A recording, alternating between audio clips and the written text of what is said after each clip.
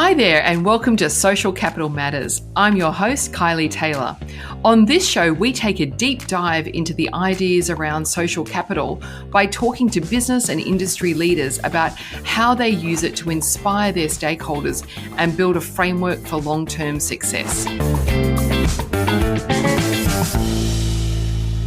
Hi everyone, welcome to a new episode of Social Capital Matters. We have a really topical show for you this week, but first I'm joined by my producer, Greg in Bangkok. Greg, how are you doing? Hey, Kylie, I'm doing well. I love that we're continuing to jump all over the world with our guests. It's really great to be able to do that. Today, we're talking to someone in Jakarta, Indonesia. So let's get right into it. Absolutely. We all know that transitioning to net zero is critical to developing a sustainable society. But how can this be done in a region dependent on fossil fuels for power generation? That's the dilemma we're going to be talking about today. And that's the dilemma for many of the developing and emerging nations of Southeast Asia, where fossil fuels account for more than 80% of the energy mix. Does decarbonisation look somehow different in Southeast Asia than it might look in other more developed parts of the world? So to delve into this further, I'm talking to Sacha Winzenried. He is the Energy, Utilities and Resources Lead at PWC Indonesia.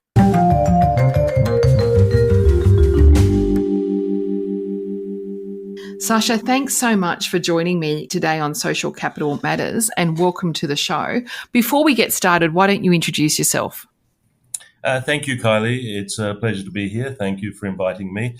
I lead PwC's Energy, Utilities and Resources practice here in Indonesia. I've been here for more than 20 years, originally from Perth in Western Australia. So in addition to that, I'm also a board member of the Indonesia-Australia Business Council here in Indonesia, helping to support, bilateral investment between Indonesia and Australia. And previously, I was a member of the board of directors of the Indonesian Mining Association. So 2 decades working in Indonesia, you would have seen and led a lot of change. And now change today is just on steroids for all of us. The implications of changes are massive in the world that you advise on and consult in, energy and resources.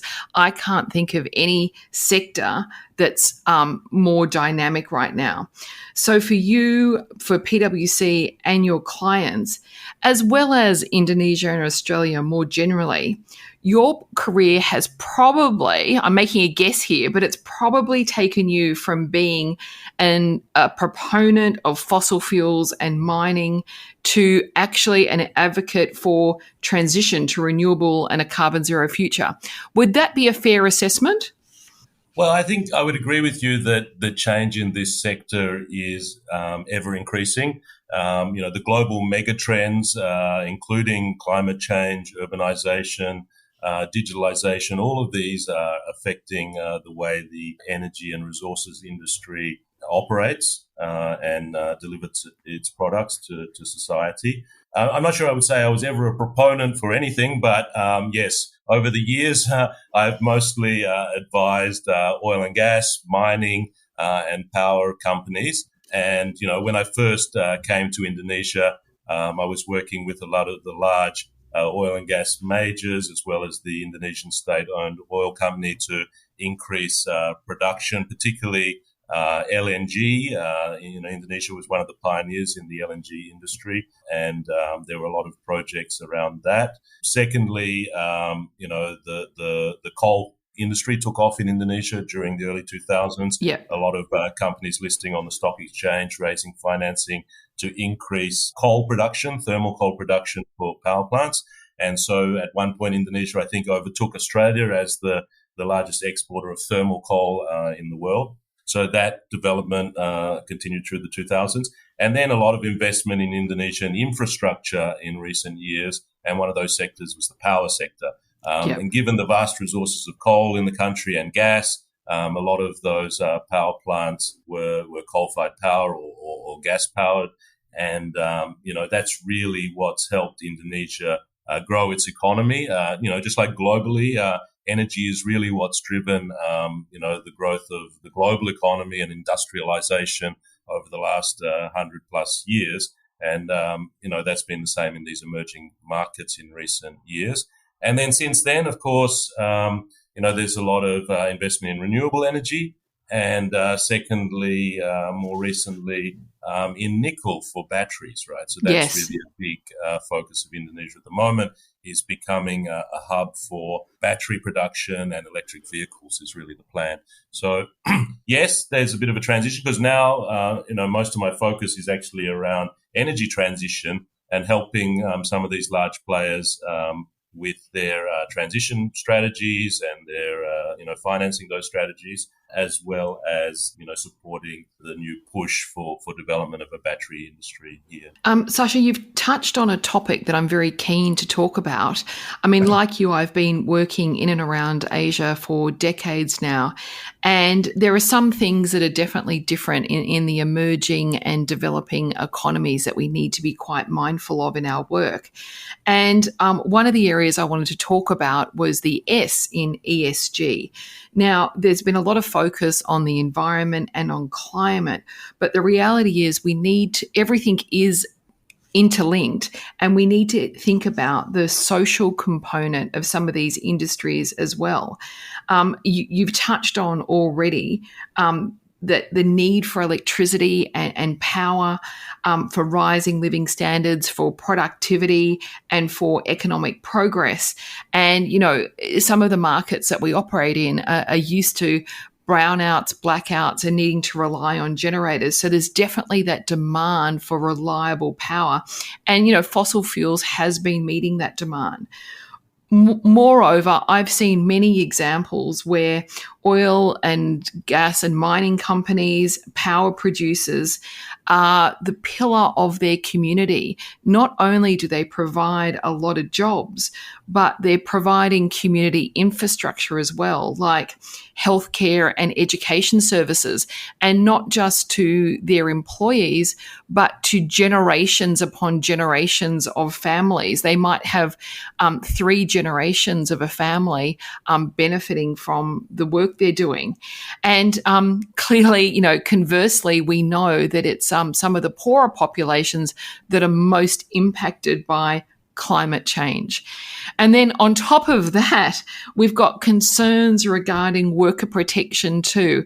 And I know there have been some real concerns around things like the phase out of coal in the Philippines may lead to some of the problems that have been experienced in, say, places like India, where the decline in coal production is shifting workers from stable, permanent work towards riskier, informal and contract-based work. So we see all these competing tensions all the time.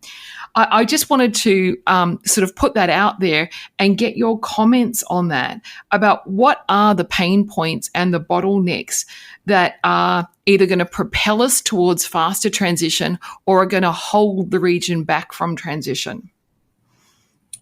Yes, I agree with you. I mean, those are some of the big challenges that are being faced now, particularly in these developing markets. As you said, sometimes the mining company or the oil and gas company is the only large business in some of these areas, and the multiplier effect from their presence is huge. And sometimes that's represents a significant portion of the regional economy. But first of all, I would say that most governments and businesses in the region seem to be committed to transitioning from fossil fuels to cleaner forms of energy, and have started to put those plans in place. However, as you mentioned, there are clearly economic and social considerations to consider, particularly for developing nations, where the focus remains on growing GDP per capita and bringing the whole population out of poverty, right? So access to energy is obviously key to achieve these objectives. So what we need to be talking about is a just and orderly energy transition. Right. No one should be left behind in this process, right? So we often refer to the energy trilemma, the competing objectives of energy security, affordability, and sustainability. Yeah. In emerging markets, energy security and affordability remain the key factors, with sustainability really coming a poor third. But even though richer countries are talking more and more about environmental sustainability and climate issues, in the advent of the Russia-Ukraine war, for instance, when there were severe shocks in energy supply markets, even some of the most developed nations prioritized quick access to fossil fuels to avoid power blackouts. So this is really the tension that we have when we start to talk about the transition. But I think the key point here is that climate change and therefore energy transition is a global issue. The developed nations are going to have to support developing markets, not just with financing, but also open or easy access to new technologies and expertise. And this needs to come quickly if the world has any chance of meeting its climate change reduction targets. And as you mentioned, at the same time, there needs to be plans to support communities which are heavily reliant, for instance, on coal mining or oil and gas, where there may be less demand in the future. So this means reskilling employees, improving education levels, and diversifying the economies in some of these areas so they are not so heavily reliant on fossil fuels, encouraging and funding new types of businesses, etc., and bringing new technologies to these countries. So, the world and the developed economies have a big role to play in this, not just supporting, funding the energy transition, construction of renewables, etc., but supporting in transition of communities so that we have this sort of just energy transition, a fair energy transition, rather than leaving certain parts of the world behind. The topic of a just and fair transition always gets a lot of airtime, for example, at the COP meetings. And at last year's COP28, there was a lot of discussion around, compensation for developing countries who have been impacted by climate, but also voluntary investments in funds to help accelerate new technologies into those markets. Do you see those sort of forums having a big impact and playing a role in moving this forward? Or, are the developed nations just pulling the ladder up? Well, I would say these forums are important for coming through with some of these initiatives. I mean, as we discussed, just and orderly transition is the most important thing. I mean, the developing world cannot be prevented from improving living standards. So it will be important that there's support from governments and international development agencies such as the World Bank to de-risk investment in developing nations and support governments in implementing policy and improving institutional capacity so that they can actually receive large funding support. So this would include both support for decarbonisation, such as early retirement of coal-fired power and development of renewables. One significant challenge in Indonesia, for instance, is the large number of coal-fired power plants with long-term offtake agreements or power purchase agreements with the state power utility, right? If these plants are to be retired early, the investor needs to be compensated for the lost cash flows and the investment return, right? Because they've signed up to long-term agreements. One initiative, I guess, at COP26, a group of developed nations and large international banks developed the Just Energy Transition Partnership for Indonesia, which provides $20 billion of funds to support the transition in Indonesia. But of course, this is only the tip of the iceberg when some estimate that Indonesia alone needs to spend roughly $20 billion per annum up to 2030 to achieve its target for decarbonisation, right? We're talking very large sums. A similar program has been set up for South Africa and Vietnam, but again, the institutional and policy-making frameworks in these countries need to be strengthened to allow the funds to flow and to achieve the objectives that and the outcomes that are expected. But these programs need to move faster if we're going to achieve global decarbonisation targets. I think the other important thing to discuss is the role of the mining industry in all of this. Critical minerals such as copper, nickel, manganese, cobalt, lithium are key to electrification and energy transition. A wind or a solar power plant needs more than 10 times the quantity of metals of a traditional gas or coal-fired plant. And electric vehicles obviously need significantly more metals than an internal combustion engine because of the battery. Most analysts believe we're not mining enough of the critical minerals needed to achieve the world's carbon reduction targets in the timeline set. But of course, the mining needs to be done in the most sustainable way, which also potentially adds costs and delays to the process. So this is another challenge. So I think, what I'm trying to say is whether it's out of these kinds of forums or global cooperation on the energy transition needs to be strengthened in a lot of areas across the whole supply chain, not just talking about turning off coal-fired power and turning on something else, right?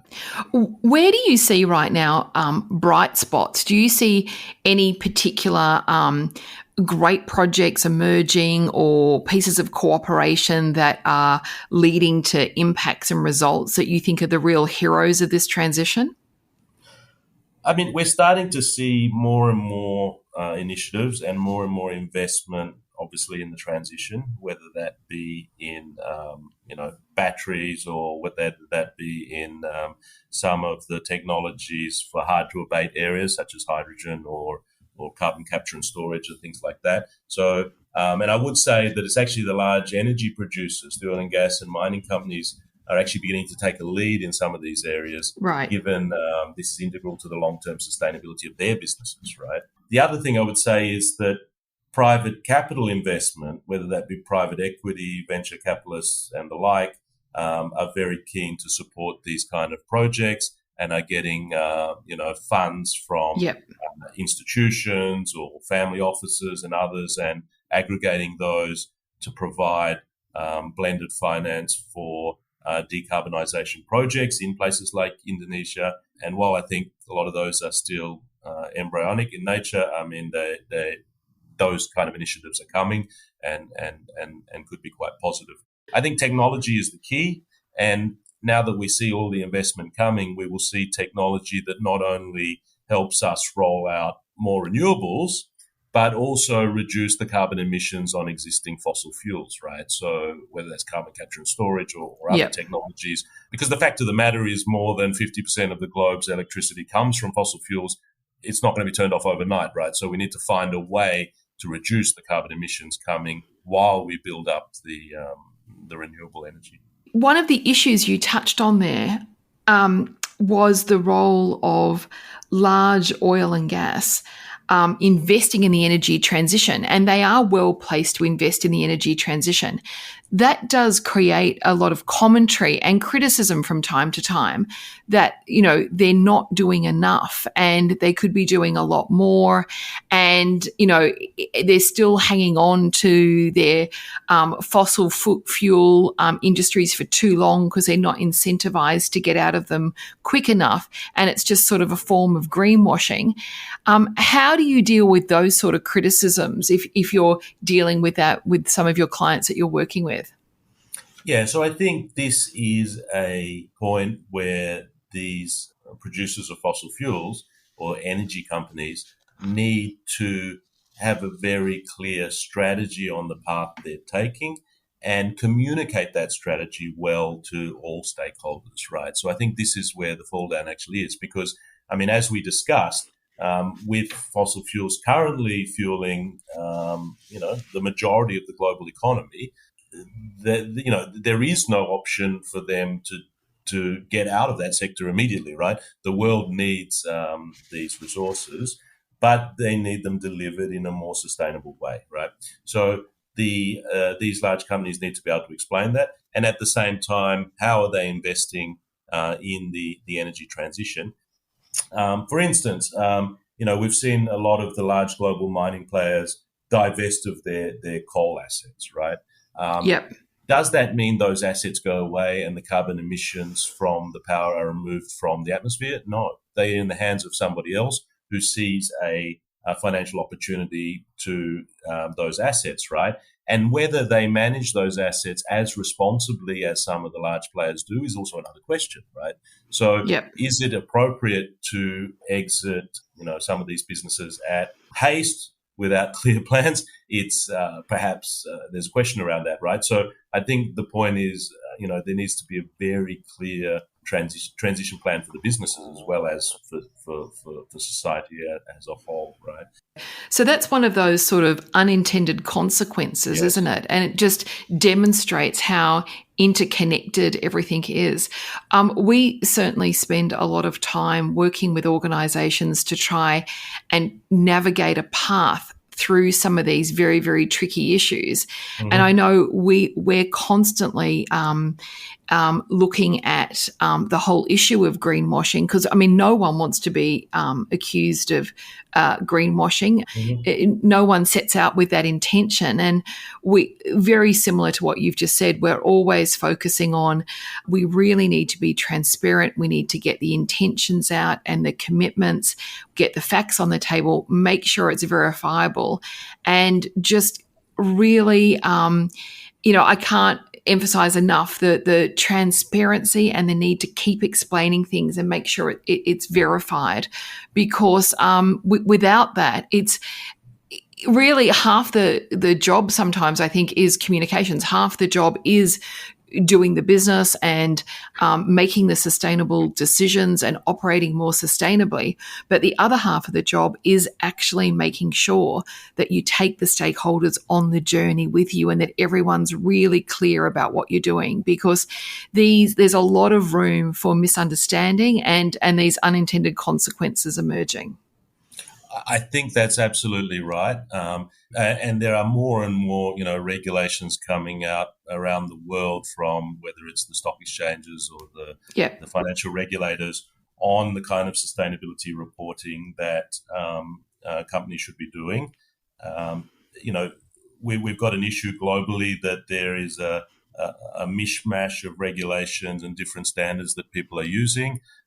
So there's no clear comparability between organizations, and this is, I think, sometimes where the misunderstanding can arise and the accusations of greenwashing at times. At the same time, then, just like financial statements, I think eventually regulators are going to want some form of assurance on these reports, so that stakeholders, investors, the community at large can have more confidence in some of this information that's being put out there, and more understanding around it. And that is a big challenge, right? I mean, it's easy for us to say that companies should have systems in place, et cetera, et cetera. So, for instance, over more than 100 years since the SEC was formed in the US, companies have been building up systems and controls around financial information. We don't have those kind of systems around greenhouse gas emissions and those kind of measures that companies need to report, right? So this is talking about building sophisticated systems for data collection,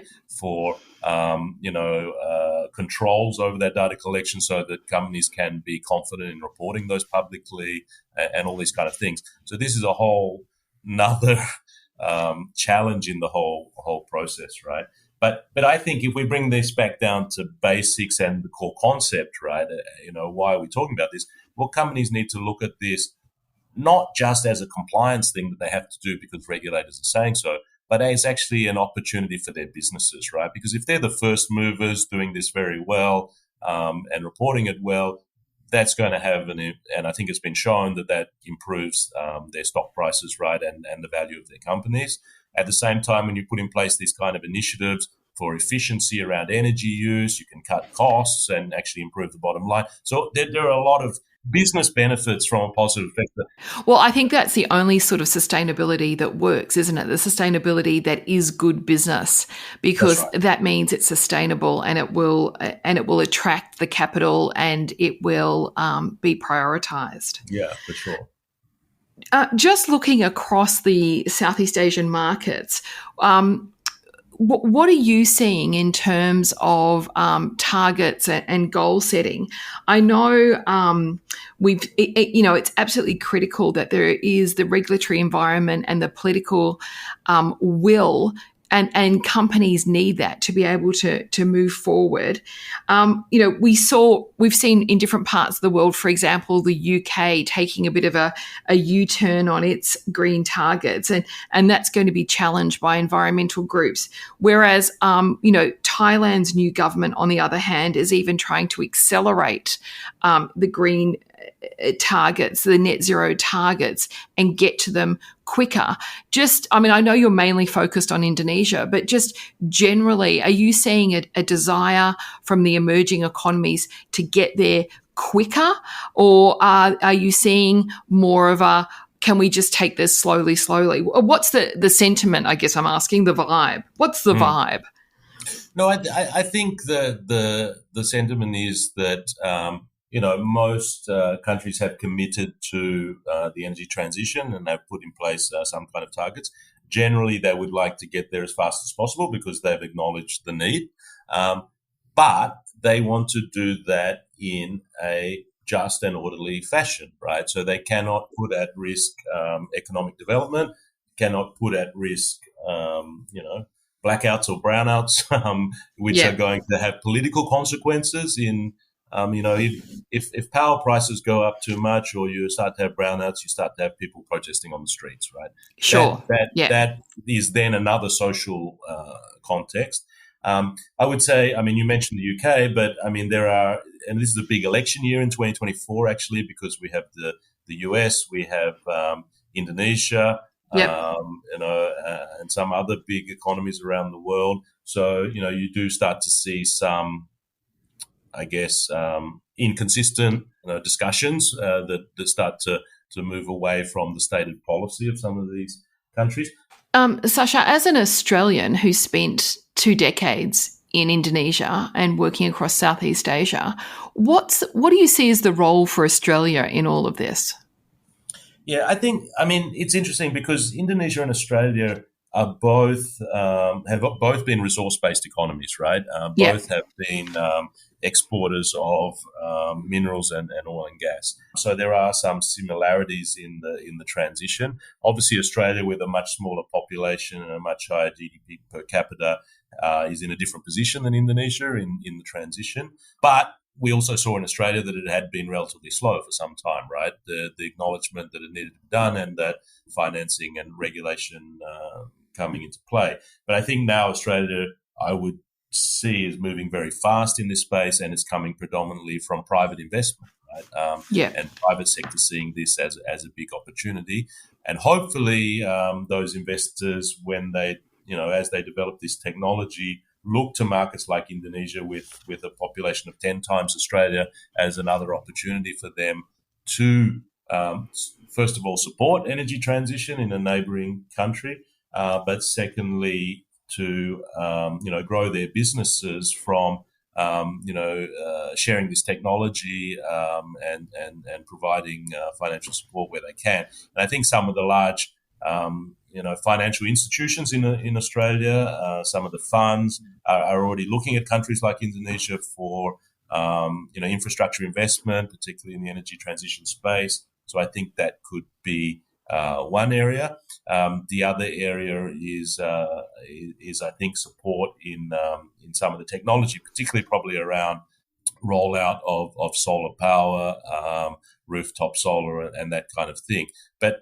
we know Australia is still on the journey as well. Actually, per capita, I think Australia is a much larger emitter than Indonesia because it is a developed economy, right? And it needs to get its emissions down rapidly as well, at the same time as trying to help the rest of the world with its transition by mining critical minerals and gas, perhaps for as a transition fuel and things like that. So Australia has quite a challenge itself, I think, but Indonesia has those same kind of challenges that a resource nation sees. But what I would see as a real potential is, as I said, Indonesia with this huge population and the largest production of nickel in the world right now, or the largest resources of nickel, a focus on the battery industry, looking at becoming a hub for both battery and electric vehicle manufacturing. Australia has an opportunity to participate in that, particularly given that it is a large producer of lithium, right? Yes. And that's needed. Indonesia is going to have to import that. So a bilateral investment proposition between Australia and Indonesia for development of the battery industry in Indonesia, decarbonisation of that industry as well, so that it's not using fossil fuels in producing the batteries and the vehicles. I think that would be a massive opportunity for Australia. Absolutely. Well, we'll have to watch that space very closely. Sacha, before we're out of time, at the end of our interviews, we always ask the interviewee if there's any sort of final comments or takeaways that you would like to leave with the listeners today. And, I think you've given us a fantastic rundown on some of the issues and also the opportunities contained within the decarbonisation journey across Southeast Asia and the opportunities for Australia as well. Is there any sort of guidance you would give to organisations who want to position themselves as part of this decarbonisation journey? I think what's important is that businesses and investors don't look at ESG or climate change as areas of compliance or a cost to the business, but rather as an area of value creation, as we discussed. All businesses need to have a strategy on how to reduce their own carbon emissions and make the business more sustainable. But also there are huge opportunities to invest in the energy transition in almost all sectors, whether that be energy production and supply or electrification, as we discussed, but also areas such as efficiency in energy use, infrastructure for electric vehicles. There are a lot of different opportunities, critical minerals, as we discussed. So in the end, companies cannot afford not to build this into their long-term strategy, as investors will demand it. Early movers could have an advantage and really see value creation for their businesses at the same time as helping society. So I think this is a unique position we're in, in this new millennium, and it is a real opportunity for businesses to, create value and create sustainable businesses that help society.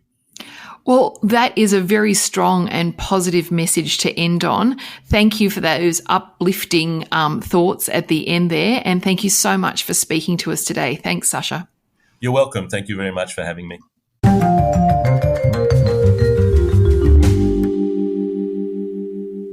Oh, Greg, that was a fantastic chat about something that affects nearly every part of our lives. It was good to explore what a just and orderly transition looks like in developing economy, and especially interesting when he said generally everyone wants to get to net zero and wants to get there as soon as possible, but developing countries cannot put at risk the standard of living, and if they do, there will potentially be political instability. That's, really clear, isn't it? Yeah, I never thought of it from that angle before, but it's definitely a real worry. It's an incredibly delicate balance with real consequences if things go wrong. And, one of the things he said as well was that no one should be left behind. And that's a really good lens to look at this issue through. Another good point he made was also about the transition. Just because a fossil fuel company is divesting from coal assets doesn't mean the emissions magically go away, Exactly. Just go somewhere else. Yeah, someone else is just going to make them. So this just goes to show how complex every issue is. It's 10 times more complex than we think it is. It certainly is. Look, and through discussions like this, we're all learning all the time. And it does demonstrate to me the big role for communications to help show the challenge that developing economies are facing and to help build support for solutions that will help them on a transition in a way to make sure, to use Sacha's line, to make sure no one is left behind. Right. Thanks for listening, everyone. Make sure to check out the other episodes in our series. We've got great conversations with some of the brightest minds out there discussing the important issues in the world of social capital. See you next time. Social Capital Matters has been a production of Baldwin Boyle Group, hosted by Kylie Taylor and produced and edited by Greg Jorgensen. Find more episodes in our ongoing series on baldwinboyle.com/podcasts, watch on YouTube, or listen wherever you find your podcasts.